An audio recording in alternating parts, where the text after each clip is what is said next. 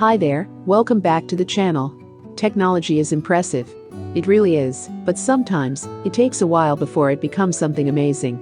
We remember the first foldable phone, the Royal FlexPi, and it was impressive, but at the same time, we were disappointed to find out it has flaws that would make it non-daily. But since then, the tech has improved by a good margin, and while it's still not perfect, you can actually daily drive such a device.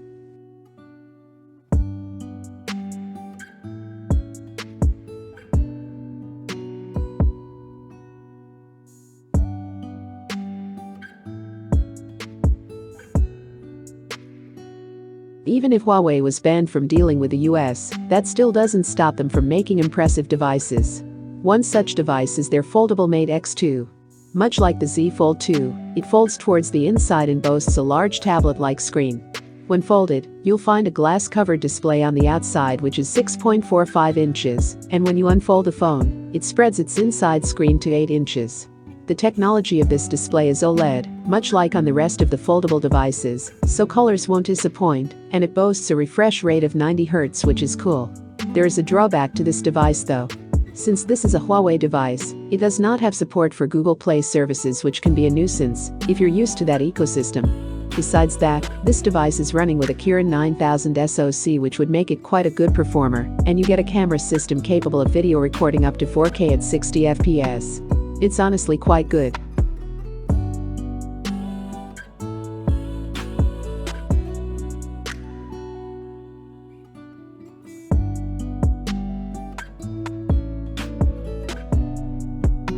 Xiaomi released its first foldable phone back in April, and it was an impressive first try at the concept.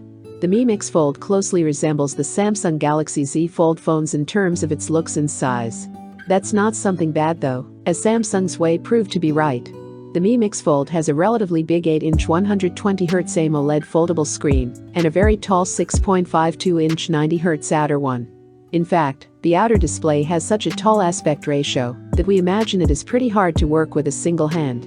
Still, the Xiaomi Mi Mix Fold is sacrificing ease of use for looks. This phone is very pretty, and it looks very businessman-oriented. The Mi Mix Fold is powered by the Snapdragon 888 SoC, coupled with 12 or 16 GB of RAM. It features a 108-megapixel triple camera system on the back, and it packs a 5020 mAh battery with 67 watts blazing fast wired charging. The Xiaomi Mi Mix Fold might pack plenty of impressive specs, but all of this comes at a price. This device is heavy and thick. It has a ceramic version, which weighs 332 grams. When folded, the Mi Mix Fold has a 17.2mm thickness. This thickness is laptop territory, which for sure makes the device feel very bulky. But the Mi Mix Fold's pros and cons don't even matter in the end, as this device isn't sold outside of China. We expect its successor to arrive later this year and have better availability.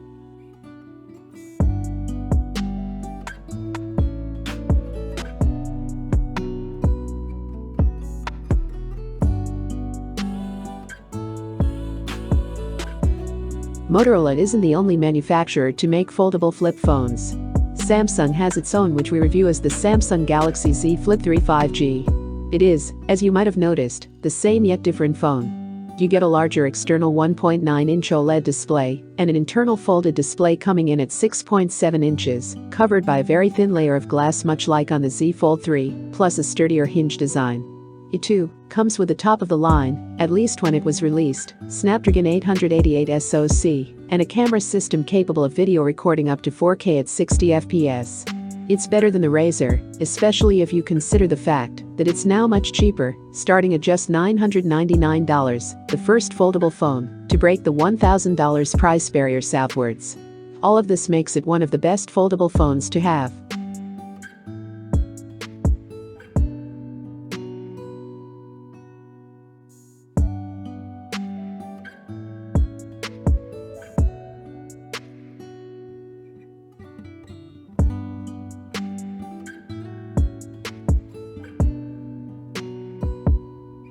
This is the newest big foldable phone on the block.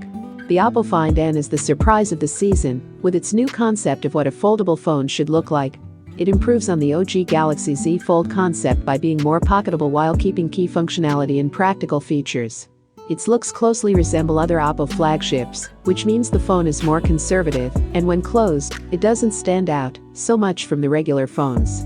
The Oppo Find N has a 7.1-inch LTPO AMOLED folding display with a 120Hz refresh rate. The display is almost a perfect square, but unlike the Samsung Galaxy Z Fold 3, it is wider, making it better suited for entertainment.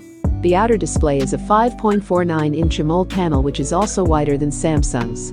This means it doesn't have the Galaxy's weird tall aspect ratio, and feels and looks more like any regular smartphone screen. As for the other specs, this phone packs a Snapdragon 888 processor, a 50-megapixel triple camera system, and a 4,500 mAh battery. This phone is definitely worth your time to consider, as it looks to have the excellent build quality and offer good value for money. Unfortunately, for now, it is only available in Asia, but we hope in time the Oppo Find N will come to other markets too.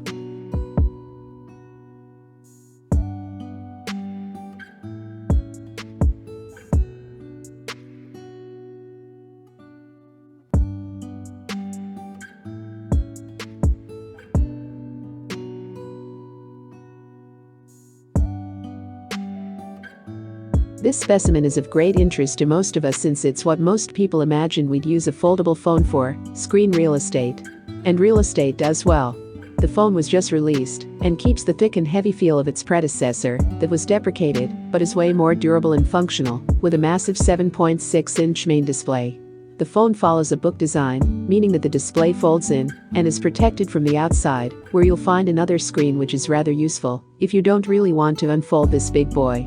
And on the topic of unfolding, this particular model sports Samsung's new upgraded hinge and display layering design that makes it much tougher than its predecessor, the Samsung Galaxy Z Fold 2.